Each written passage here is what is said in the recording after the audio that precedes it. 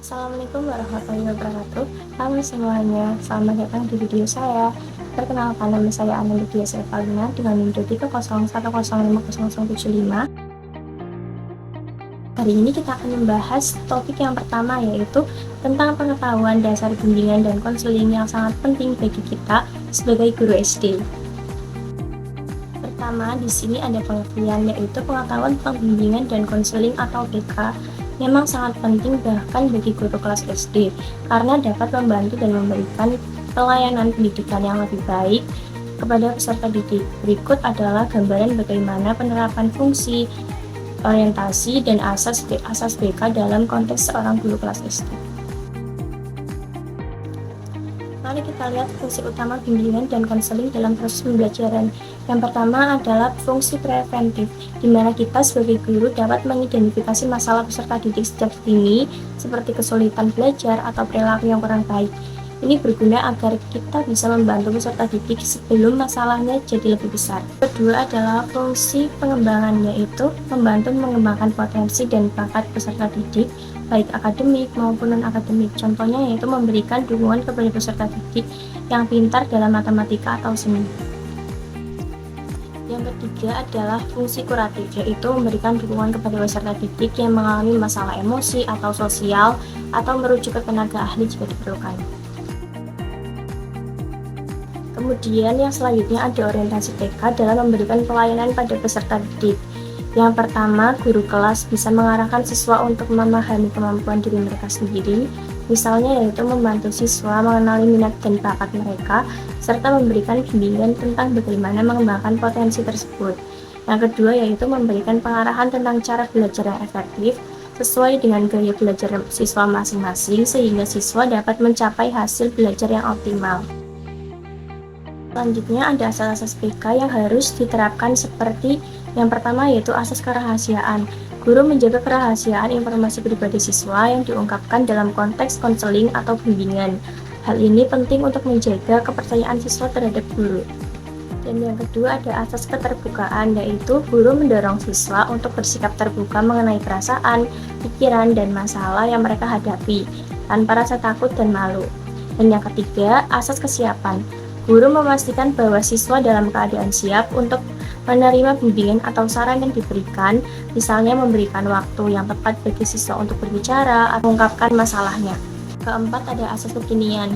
Guru fokus pada permasalahan yang sedang dihadapi siswa saat ini, bukan masalah di masa lalu, untuk memberikan solusi yang relevan dan tepat waktu. Dan memahami hal-hal dasar ini, diharapkan kita sebagai guru dapat memberikan pelayanan yang lebih baik kepada peserta didik secara menyeluruh. Selanjutnya kita akan membahas topik yang kedua, yaitu tentang profil guru yang berkualitas beserta kaitannya dengan bimbingan dan konseling di sekolah.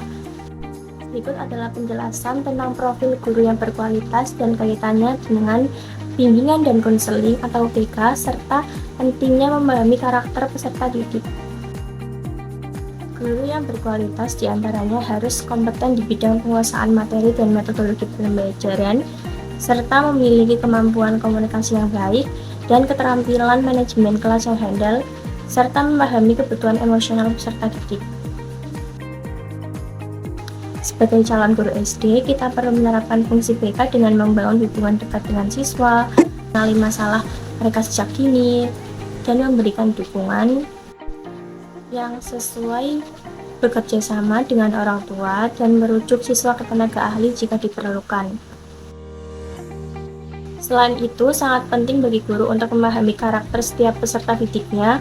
Beberapa yang perlu diperhatikan antara lain yaitu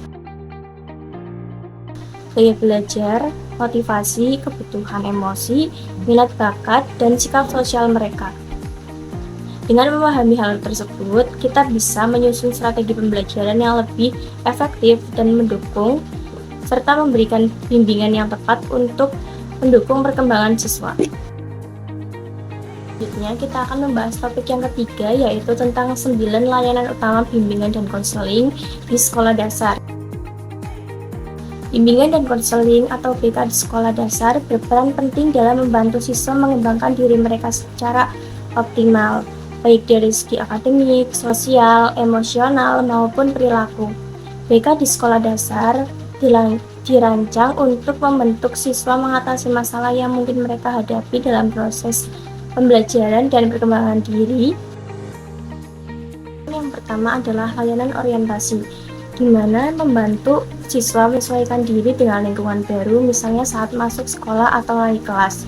Yang kedua adalah layanan informasi, yang memberikan informasi relevan seperti cara belajar, tata tertib, atau ekstrakurikuler. Tiga adalah layanan penempatan dan penyaluran, di mana untuk menempatkan siswa di posisi sesuai minat dan bakatnya.